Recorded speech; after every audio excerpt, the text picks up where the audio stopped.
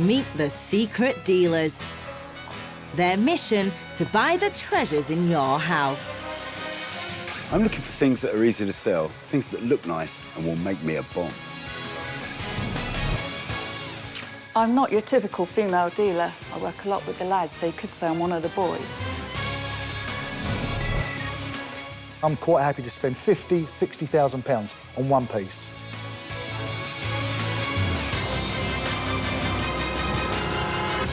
Today, the dealers are in for a real treat as the antiques and collectibles are truly stacked to the roof. Oh, gosh. I could well be spending several thousands of pounds here. There looks like quite a lot of jewellery here. There is a lot. Blimey. Gold upstairs. And that's where I'm going. There are going to be some epic battles between our dealers. There better be something down there, Timothy. Otherwise... But the homeowners are ready for them. Ooh, we are shrewd. If I don't like them, they don't buy it. I'm not going to be left out of this. It's a shame, but I don't think any of you are going to buy it.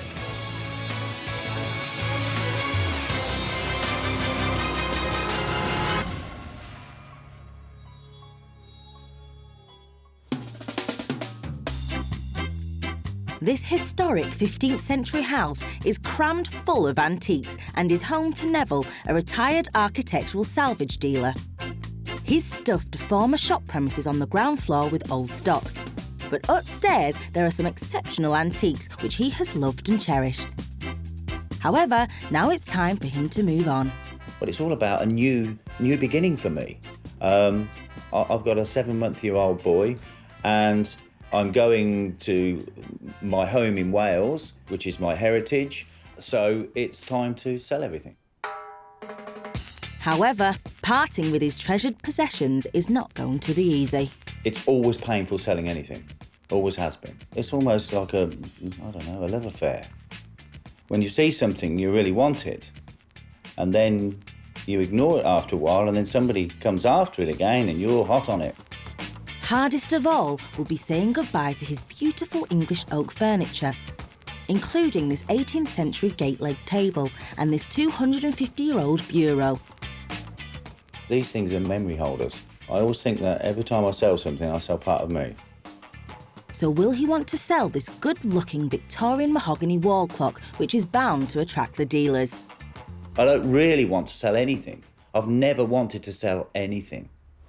Neville could be a tough challenge for our dealers. Oh, come on, lads. All right.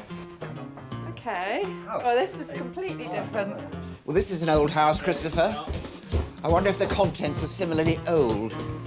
Let loose in this fascinating house are secret dealers Karen, House or shop? This is a new one for me. David Extraordinary property. and Christopher. Right, what an interesting house. They have no idea what they'll find. They have just an hour to place secret bids on what they want to buy. Straight away, Neville's oak gate-leg table is spotted by David. What we've got here is quite a pleasing, good colour, old 18th century oak gate-leg table. Probably dates around about 1740. It's really quite a nice table. Brown furniture, everybody says, is off the boil and it's not commercially so desirable as it once was, which is true. But surely there's somebody out there that would love that. I like it, so I'm going to make an offer for it. David's recognised that the condition, age and look of this table make it a bit special. Here's a nice wall clock. Another special item which hasn't gone unnoticed is Neville's mahogany wall clock. Originally probably would have been in servants' quarters. It's got an inscription, Robert Molyneux, the maker, London. This is the sort of thing that the Americans love buying because it has that quintessentially English look. Nice Roman numerals, nice condition, and I'm going to leave a bid on it. It seems there are plenty of genuine, interesting and high-quality antiques for the dealers to bid on today. It's just a case of finding them amongst all of Neville's architectural salvage. Hiding downstairs is another piece of oak furniture. Now, this has been highly waxed. Not as old as it looks, but still what they call a joint stool. so-called a joint stool because of the pegs in the construction. Rather than dovetails, we've got pegs.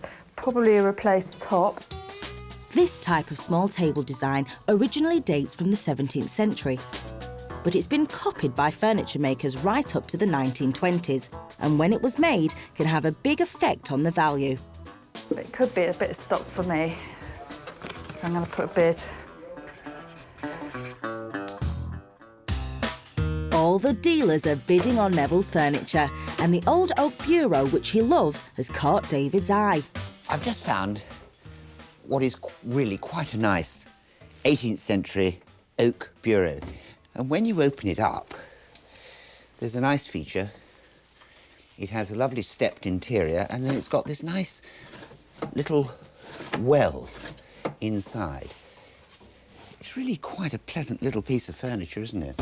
So, at a price, I'd be very happy to buy that. So, there's another offer. Over half the hour has gone. The bids are stacking up. And it looks like Christopher is going up against David for Neville's 18th century gate-leg table. This is the sort of patina that you actually just can't fake. It's still got the original handle where the handle has knocked on the oak surface and caused this indentation. That's taken 200 or 300 years for it to get like that. It's in nice original condition, and that's its appeal. That's 2 bids on the table. Right, my attention is drawn straight away to our Christopher's bid. And unbeknown to him, Christopher has helped Karen find the Victorian wall clock. OK, if we look at the interior and the movement in there, we can see a nice fusee movement. Very, very nice quality clock, that, actually. Right, I'll put Christopher's bid back on there, so that's the 2 of us. Hi, Karen. How are you getting on? It's great. What do you think? There's a lot of quite quirky little bits and pieces, Yeah, aren't there? One or enough to two of interest which you. I'm hoping you're not going to notice, but chances are you will. Your cards are quite bright, and you And- can't really miss them. Well, 2 can play at that game, and David is following Karen's trail through mountains of Neville's old stock. I see she's made a bid for that stool, but this is not a period one. It's a 19th century stool. But go on, Kaz, you've had a bid, Karen. I'll give you a bit of competition. Just for fun. David could face some stiff competition himself for the 18th century oak bureau he likes so much. This is something I'm going to definitely leave a bid on, and I see David has already left a bid on it. So here again, I think there's going to be a bit of a bidding war on this one. The real battle, though, might be overcoming Neville's sentimental attachment to this historic piece of furniture. It's been well loved. Neville's house might be packed to the rafters with all sorts of quirky and interesting artefacts, What do you think? Something in the city? but it's his precious pieces of English antique oak furniture that are getting all the dealers really excited. Oh, that is gorgeous. And Karen is also after his gate-leg table. This has got the most glorious patination on it. It's beautiful. That is, might be owning it bid, I think. All the dealers want it, but we'll find out later if any of them can tempt Neville to sell. The hour is nearly up. The dealers are still finding lots they want to buy, and there's plenty of competition for the best items. And Christopher and Karen's bids on the wall clock have not gone unnoticed by David. It's actually quite a nice clock. Very clean face. So I will make a competitive bid for the clock. All the dealers have thrown their bids into the ring for the clock, and there's just time for Christopher to make it a full house on the joint stool. David thinks it's 19th century, but Christopher reckons it's even older. These are known as joint or coffin stools, 18th century, and would have been made originally to be used in a church for putting a coffin on during a funeral service.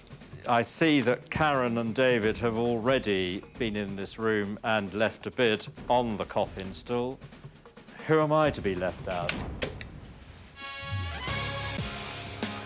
The secret dealers have been let loose in a fantastic salvage treasure trove and have uncovered a wealth of classic antique furniture. Whoever lives here has got a lot of good taste, I have to say.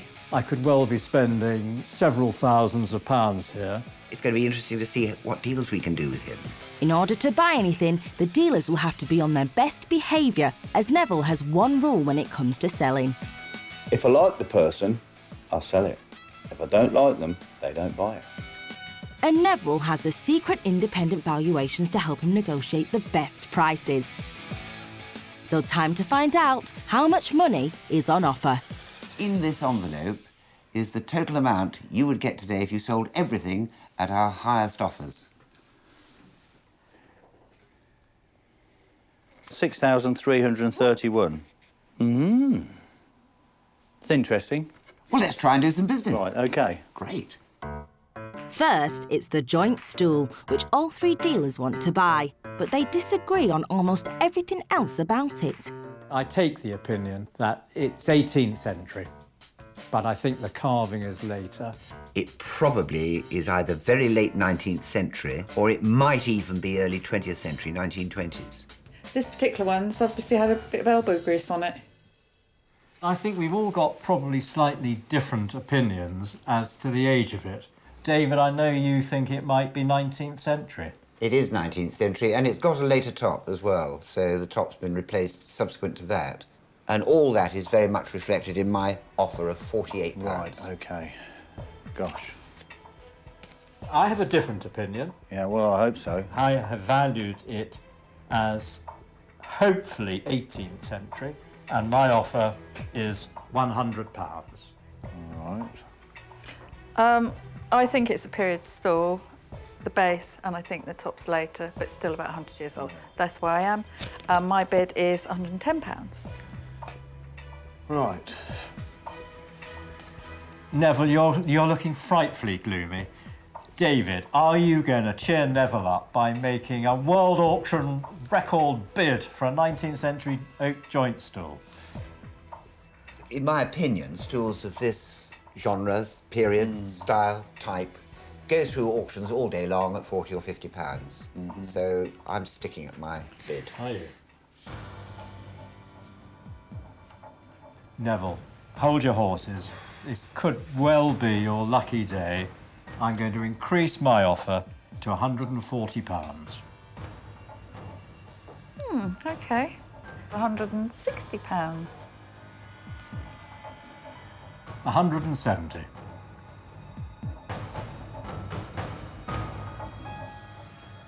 £180, Neville. If either of you buy this stool at this money, I'd like to see what happens to it eventually, how much you're both going to lose. I wonder what the independent valuer thinks. Do you want of some it. reassurance, Neville? Right. Not that I think this will make a lot of difference. Both Karen and Christopher have bid more than the top valuation. But will that be enough to persuade Neville to sell? I'm going to bid 185, and that will be my final bid. He's not going to buy it, is he? So 190, Neville. Have we 200 got a deal? and it's yours. No, 190. Come on. Don't lose it for a tenner. Well, you've got to go home buying something, so it's yours. Cheers. Thank you very much. I was quite shocked at the other bids. David's bid, I was expecting something around those lines. Saved by the bell. How much was David's bid? 40-something? Well, I think there's a bit of face saving going on there, don't you? Next, the gate leg table got bids from all the dealers. I like tables, yes. I like stools and tables and doors. Well, I stopped buying gate legs, but I have to say, this is an exceptional one. I'll be hoping to go home with that. We'll see what happens when it comes to the bidding war. This gate leg table that we're bidding on now is an absolute beauty. How long have you had it? 30 years or so. Well, I'm interested. You waxed very lyrically about this table. Doesn't grab you, then? Not as much as it appears to grab you. And this may be reflected in what I've offered. Shall I open the bidding? Yeah, well, we can get rid of you then. £190. There we are. How we straight on. This is a little bit more of a loving bid, 370. Well, I've bid 420. We're close. Right. Yes. I won't pursue it any further. Right, so am I going to up my bid beyond I don't know, 420? Karen. That's Are the you? question. I will buy a tenner, 430. I'm actually going to offer you £450, but that will be my final bid. Neville, I'm out. Right. Yeah, right. Christopher has stormed over the independent valuation, but will it be enough for romantic Neville? The more I look at that table, I'm still in love with it, I think. Oh, Christopher's knockout offer has made this a tough choice for Neville. OK. OK, good.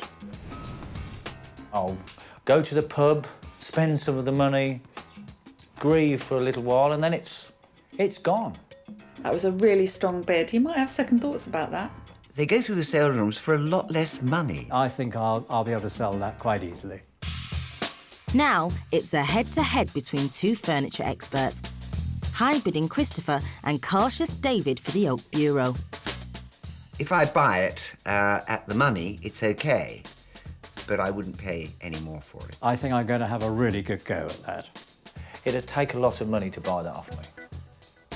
Bureaus have taken a big hit over the last few years. I've heard they were coming back, though, because of all these little tablets. I haven't heard that yet, I must admit. Well, you have now. It's a nice bureau. We heard it here Yeah, first. we heard it here, yeah.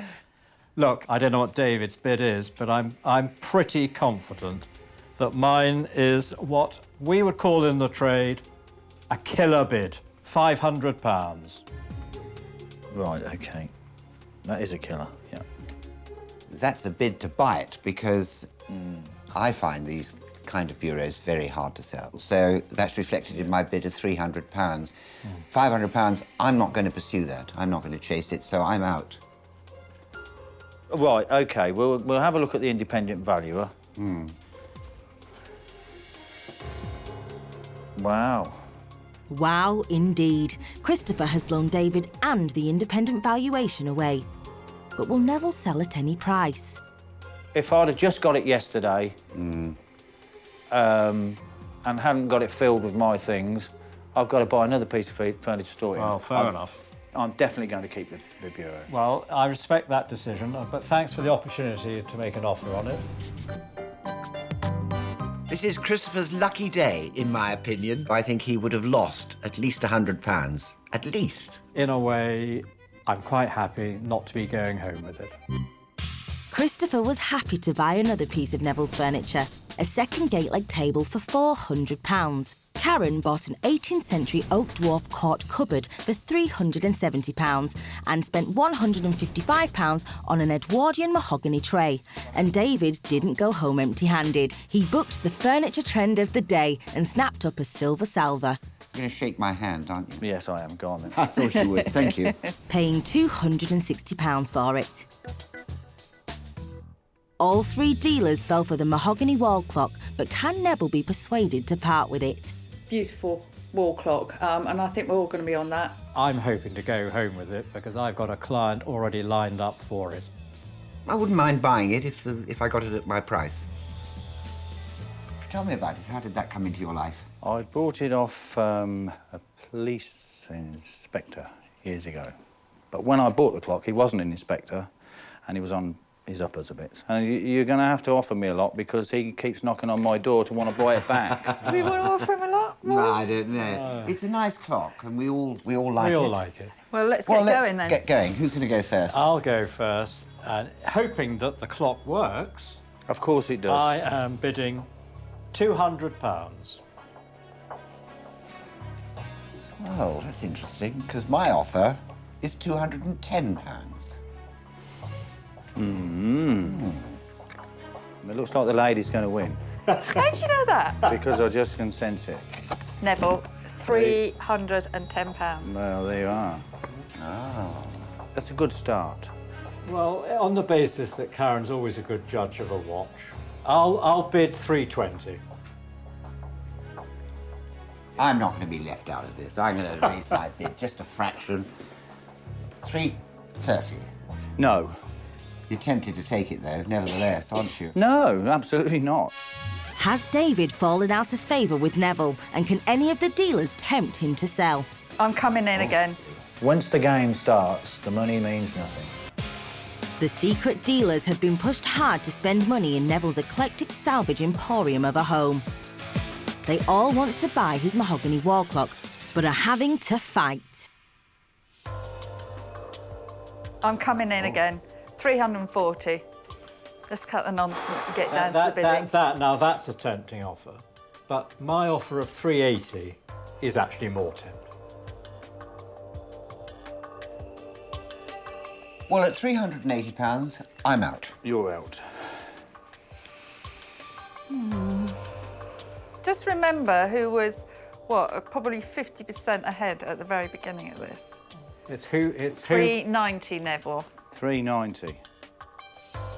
I'm pretty confident that we're already well over independent valuation. Ooh. Canny Christopher is right, but Neville is playing games with our dealers.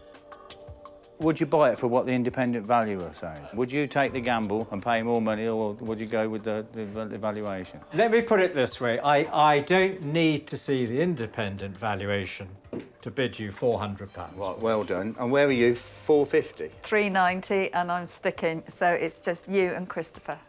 OK. It's a shame, but I don't think any of you are going to buy it, because the valuer is pretty good. But are you... Well, I stand by my offer of £400. Crafty Neville is trying to trick Christopher into paying more. 450 and you'd buy. I've made my offer. Well, I'm sure my daughter could use this money for... yes. It's yours. OK, £400. Yes. OK, so we have a deal. Thank you. £400? Well, it's a nice item. I hope he's got plans. The smart dealer knows when to back out, let me tell you. It's a nice thing, and I think I'll be able to sell that quite easily. So who's right about the clock? Find out later. Neville has got top prices from the dealers today, so how much of their cash will he be pocketing? £3,610. Thank you very much indeed. Thank you very much. Thank you. You pleased with that? Well, it means I've got a bit more space to put more things in. The secret dealers have spent over £3,500 already today. So can Simon, Mark and Tim do any better? They're off to a house dripping in a wealth of gold, just what our gentlemen dealers love. Gentlemen? I never call us gentlemen usually. I like that terminology, gentlemen. So do I, yeah. That's very good. For the next hour, there is only one thing these three gentlemen will be concerned with: making money. There looks quite a bit of stuff in here. As ever, Mark's after gold and jewellery and has gone straight to the bedroom. There looks like quite a lot of jewellery here. There is a lot. Blimey. These are sectionalised drawers. So I'm going to take out each section. Then I'm going to look through, find what's gold, what isn't gold, what's maybe silver, and what carats. So I'm sectionalising, putting together the 9, then I'll put together maybe the 14, 18, 15, 22. Then I can write out a price for it. But I have to sort first. If you don't sort it, you're not going to get it right. And it only takes one chain in there to be plated, rolled gold, and you've lost all your profit. So you've got to get it right. While Mark gets busy getting little piles of gold to bid on, Simon's just getting started with a Wedgwood Jasperware tea set. It's actually quite nice quality.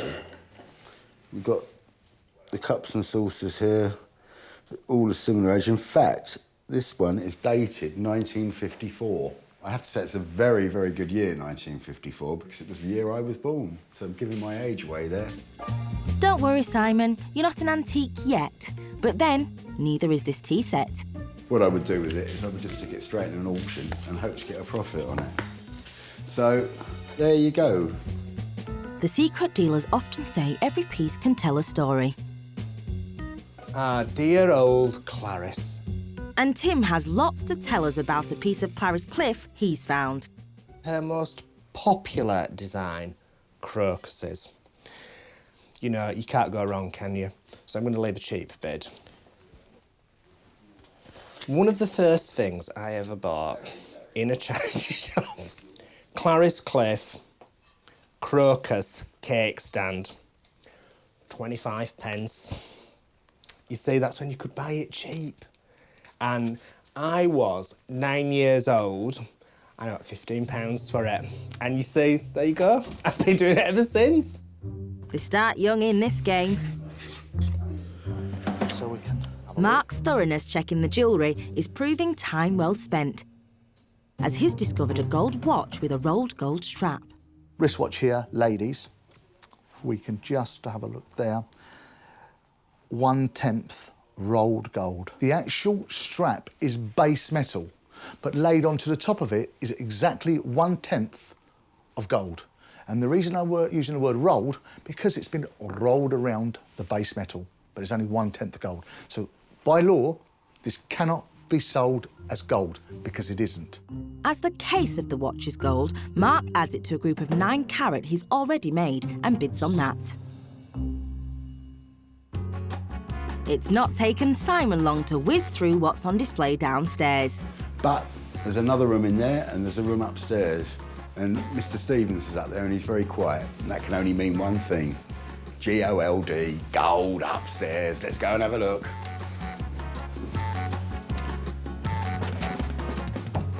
Hello. Hello, Simon. Can I come in and play? No, Tough. What's your fare, Marky? it's all gold, All scrap? all scrap. Right. I'm going to have to come and join you in the Right, okay, no, recycling business. Shall I start up that end where you've already done? Simon gets to work weighing and bidding on piles Mark's made. So, Mark has actually sorted this out quite nicely, and again, I'm not going to bother going through it all. This little pile of 9 carat gold, the only thing that won't be gold, obviously, is the movement inside this wristwatch. But he's not spotted the strap on the gold wristwatch is plated. That could prove a costly mistake. Downstairs, Tim's noticed he's not seen Mark or Simon for a while. That means one thing.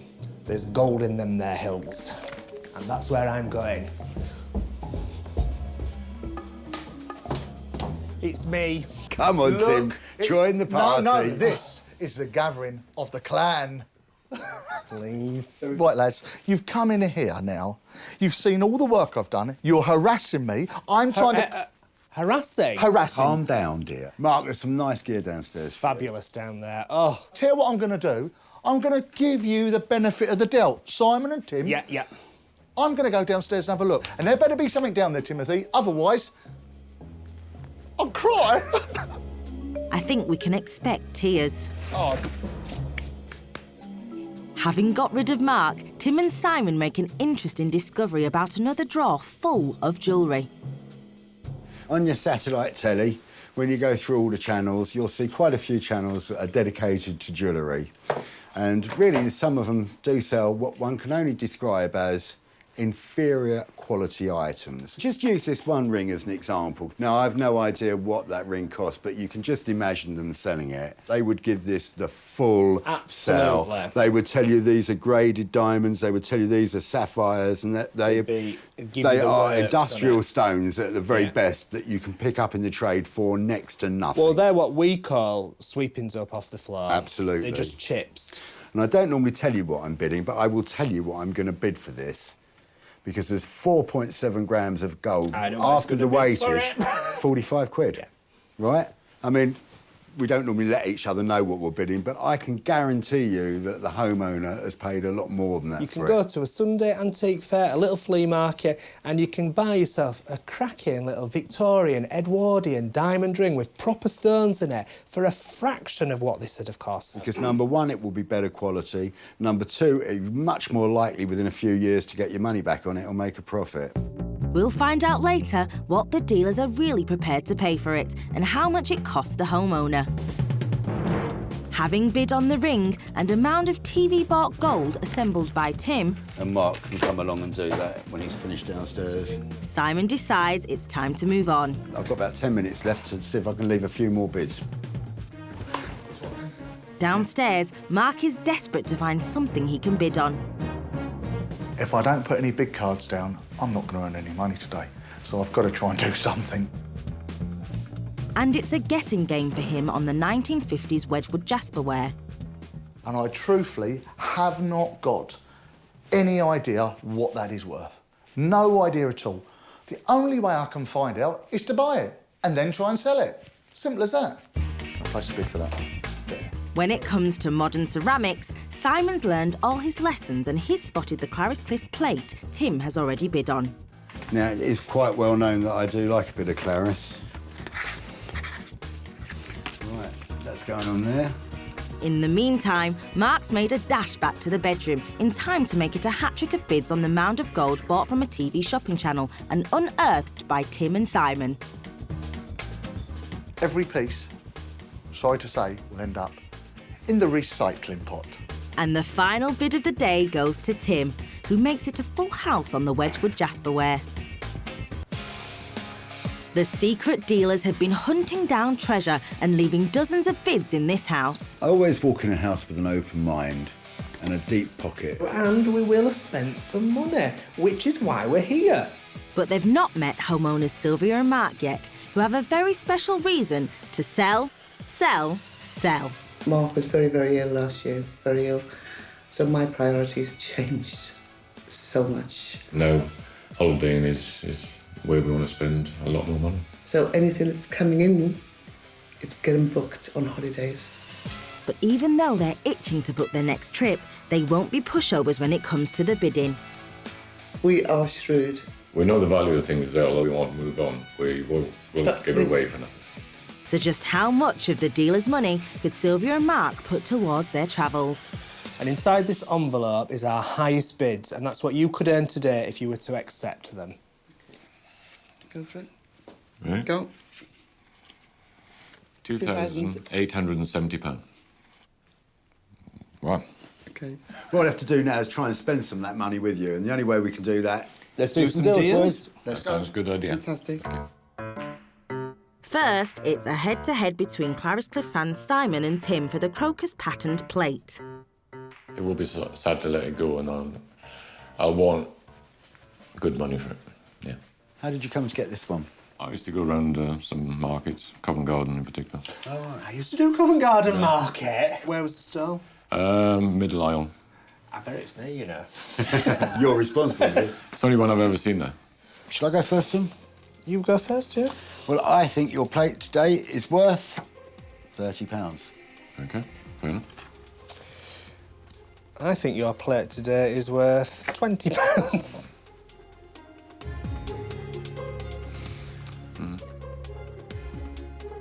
Would you be interested in going any further? I'm bowing out. What you mean? What does our independent valuer think your plate's worth today, Mark? Both dealers were right on track, but can Simon be pushed higher? It's one I've only ever bought. £35. Come on, let's have a deal. Shake my hand, £35 mark for the Clariscliffe plate. I bet it shows you a profit, doesn't it? Go to 40 and we got a deal. God, you're a hard man. Shake my hand, £40. I've just paid £10 too much for it. Well done. They got a fantastic deal. I don't think you'll get a profit either. So if you see it on my stand at an antique fair and you think it's expensive, you know why. Blame Mark and Sylvia. There are piles of gold up for grabs. And first, it's the collection, which includes the gold-plated watch strap. I've got a little feeling that somebody might be coming a cropper on this one. Well, I always like to buy a bit of gold because there's a bit of profit in that, if you get it right. How did you come by these items? Collected them over the years, but I just don't need them anymore. So there's I no don't wear them. sentimental attachment? No, not with them at all. So without any further ado, I think we should see where the money is. Shall I go? You go first, Mark. OK, and my offer for your group of gold is £260. Well, my offer, £315. And my offer is £275. Too close. I'm in front. Should we? Yeah, do you know there's a watch in here with a plated strap on it? You don't, do you?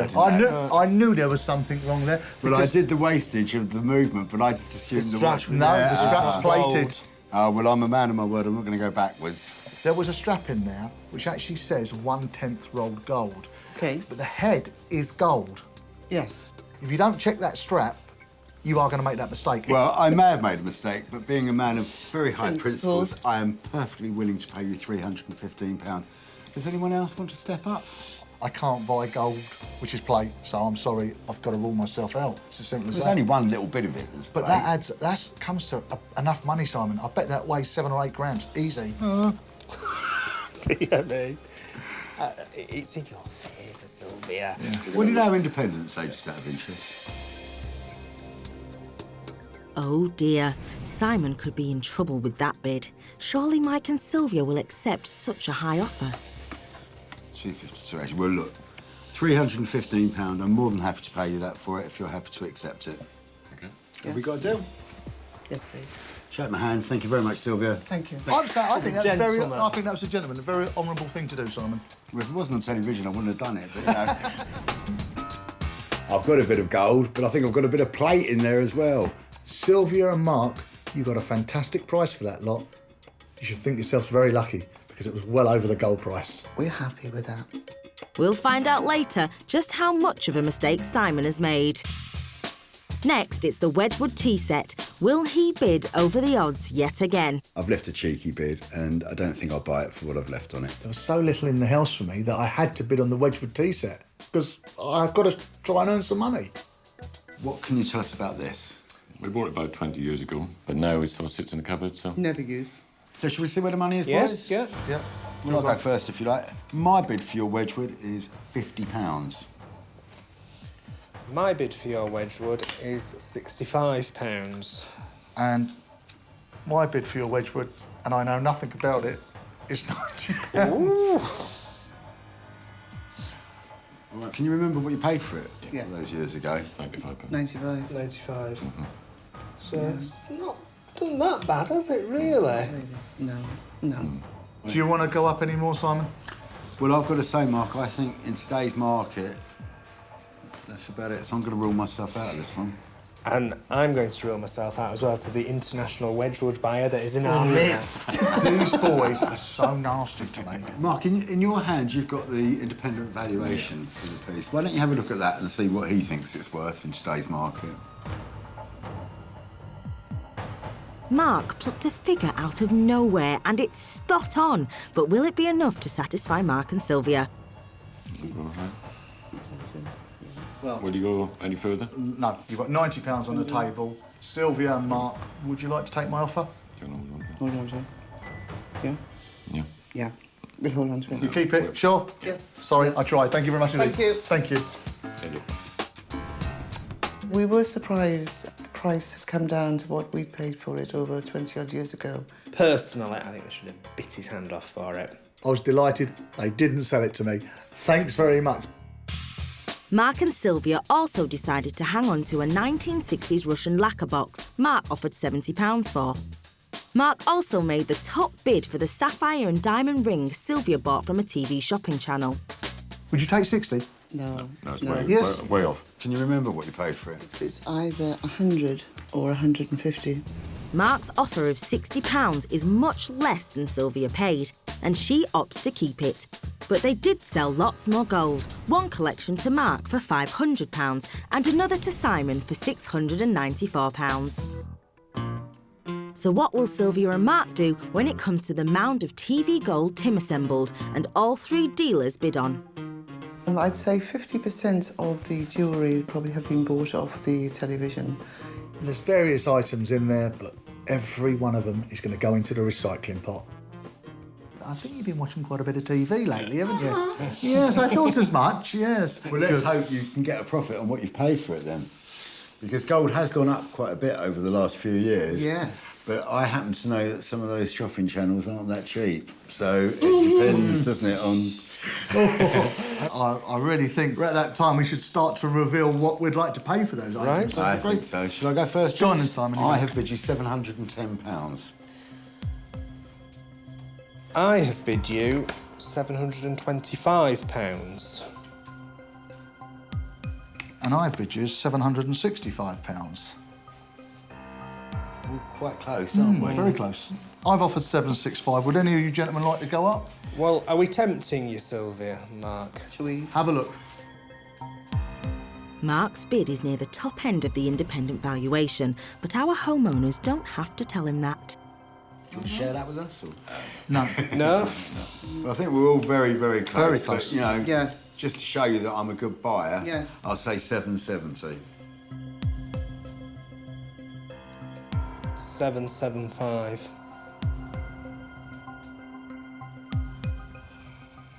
£780, but I really think that's kind of where I am. I mean, it's up to you, Simon. I think that's all the money. I'm sorry, I'm going to have to say I've reached my limit there. I'm out. Tim?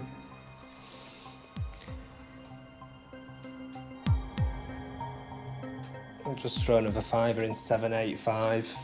Oh, that's enough for me. I can't go no more.